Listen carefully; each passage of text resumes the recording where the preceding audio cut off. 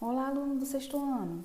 Vamos estar fazendo mais uma sequência de correções dos assuntos das páginas 137, 138 e 139. Esses assuntos são referentes à parte de sistema sensorial. Então vamos lá, começando? No número 1, nós temos a seguinte questão. Vocês têm aí uma imagem onde vocês vão observar uma onça, né? Prestes a atacar um grupo de capivaras. Então, o que está acontecendo aí? A questão quer saber o seguinte, que órgãos sensoriais são importantes para a presa e o predador nesse momento. Aí vocês vão, ao observar a imagem, ter uma noção de que órgãos sensoriais elas vão estar utilizando mais, né? Então, nós temos aí a visão, que é muito importante tanto para a presa quanto para o animal que vai estar caçando. O olfato, né, porque eles vão perceber, principalmente a presa vai perceber o cheiro, né, nessa situação. A audição, aí já é muito importante também para os dois grupos de animais que estão envolvidos aí na situação, porque eles vão poder ouvir qualquer movimentação, vão poder perceber o que está acontecendo. O equilíbrio também é muito importante, o equilíbrio está relacionado ao sentido da audição. Então, praticamente todos os órgãos estão envolvidos aí nessa cena, nesse momento de caça, tá? Vocês podem se basear aqui pelo padrão de resposta, que eu vou destacar aqui para vocês, ok? Então, falar um pouquinho de cada sentido que está envolvido nesse processo. Vamos aí à parte 2. As informações do ambiente são captadas por receptores externos e enviadas ao cérebro, onde são interpretadas e transformadas em sensações. Onde se localizam esses receptores? Então, cada parte do nosso órgão do sentido, né, tem um receptor específico. Então, aqui, ó, em cada órgão do sentido, há células especializadas que são receptoras e irão pegar todas essas informações do ambiente e levar até o cérebro, ok? 3. Para a recepção dos estímulos ambientais, o corpo humano conta com 5 sentidos, né? Tudo isso nós já sabemos. Desenhe um esquema que represente os sentidos humanos, sua localização e o principal órgão ao qual cada um deles é relacionado. O que vocês vão estar fazendo? Pegar cada órgão do sentido, fazer um desenho deles. Então, por exemplo, se é o órgão do sentido relacionado à visão, aí vocês vão fazer um desenho de um olho e escrever ao lado sentido, visão. Se é o órgão relacionado ao tato, né, sensações na pele, vocês podem desenhar uma mão ou um pé, enfim, relacionar tato. Se for o olfato, vocês podem fazer o desenho de um nariz, né, assim na lateral, de lado, e relacionar olfato. Se for a gustação, vocês podem desenhar uma boca, né, ou uma língua e relacionar gustação ou paladar. Então, sempre desenho do órgão do sentido e o nomezinho escrito ao lado com o sentido ao qual ele se refere, tá bom? Então, fica bem fácil de lembrar, é bem fácil aí de relacionar dessa forma. 4. Somos capazes de reconhecer com precisão incontáveis sabores. Como o nosso corpo detecta esses sabores? Então, ele vai detectar principalmente através do paladar, né? Utilizando aí os sensores que estão na nossa língua. Mas existe uma combinação muito importante entre o paladar e o olfato.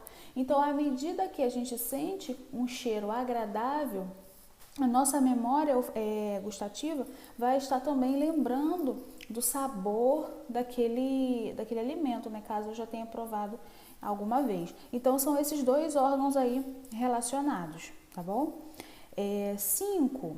Vamos estar vendo aqui o que o número 5 pede para a gente fazer. Organizar essas frases, né? Montando aí um trecho, um parágrafo que faça sentido. Essas frases estão relacionadas à audição. Então, vamos ver como é que ela vai ficar montadinha? Então, primeiro aqui na audição, o que acontece é a captação do som e o direcionamento para o interior da orelha. É a primeira coisa que acontece. Após essa captação do som, vai haver a vibração do ar lá dentro do ouvido, né? No ouvido médio. E essa vibração vai permitir a movimentação dos ossinhos ou ossículos que estão lá dentro do meu ouvido interno. E essas vibrações vão sendo enviadas ao cérebro, ao nervo auditivo, e ele sim vai interpretar esse som que tá sendo ouvido aí por mim, eu vou conseguir decifrar esse código, né? Aqui, ó, padrão de resposta no número 5, vocês podem se basear por aqui também, ok? Então, a organização dessas frases vai ficar dessa maneira. Vamos agora ao refletir. Esse refletir, ele vai ter um texto falando um pouquinho sobre a questão dos fones de ouvido, né, e a audição de jovens e adolescentes. O que acontece? Cada vez mais jovens e adolescentes usam, né, os fones de ouvido, vocês podem estar até usando nesse momento, sendo que essa exposição está acontecendo de maneira errada, está acontecendo por tempo muito prolongado, ou seja, cada vez mais e mais horas esses adolescentes passam com o fone de ouvido e ouvindo a música ou o vídeo, enfim, o áudio que está sendo ouvido ali está muito alto. E essa altura danifica o interior lá do ouvido, chegando aí a causar até algumas alterações nas células responsáveis pela captação do som. E isso está causando surdez, né? Cada vez mais jovens e adolescentes estão perdendo a sua audição por esse sentido.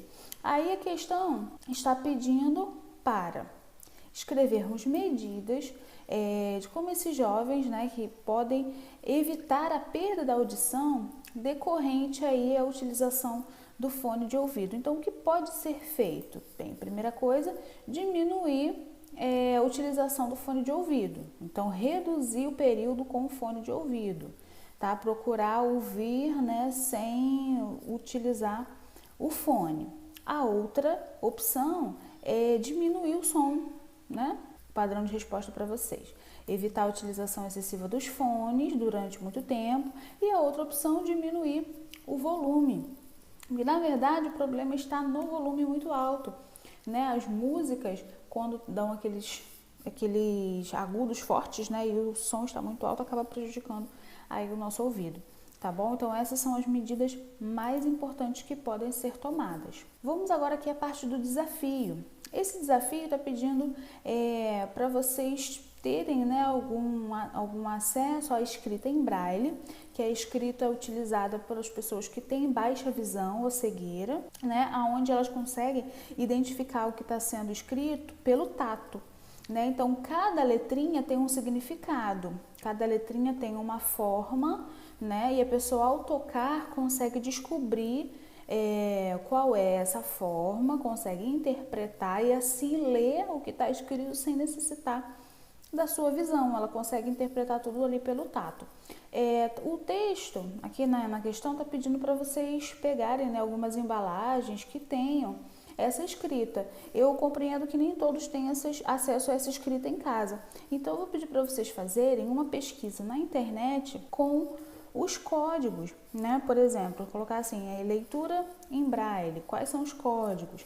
Aí vocês vão fazer essa pesquisa e escrever no caderno quais são esses principais códigos, né? Eu vou pedir para vocês escreverem 3 desses códigos, onde vocês poderão ter uma noção de como é essa escrita em braille e como as pessoas com cegueira e baixa visão fazem essa leitura, tá bom? Então, o desafio vocês vão resolver dessa forma, tá bom, gente? Vamos agora à parte da página 138. Chegando aqui à página 138, nós temos então o nosso panorama, que vai fazer um apanhado aí de todos esses assuntos que nós vimos nesse tema. Questão 1 da página 138. Observe a imagem a seguir. Que sistema ela mostra? Qual é a função dele? Então, se vocês estão vendo aí, cérebro, cerebelo, medula espinal, lógico, a gente vai lembrar do sistema nervoso, é isso que está sendo falado. Qual é a função desse sistema? Captar e interpretar os estímulos do ambiente, né, e fornecer uma resposta adequada. Então, lembrando aí do sistema nervoso, deixa eu destacar aqui a resposta para vocês com a sua função, tá? Podem anotar aí certinho no caderno. 2, a gente tem aqui um texto que está falando, né, sobre como os sentidos ajudam a perceber os estímulos. Então, vocês vão ler esse textinho, né? Esse parágrafo é bem simples, está falando um pouquinho dos répteis e dos peixes, de como eles conseguem perceber o que está na sua volta. E no final nós temos aqui a pergunta: qual é o sentido que nos ajuda a perceber os estímulos de dor? O sentido relacionado à dor, gente, é o tato.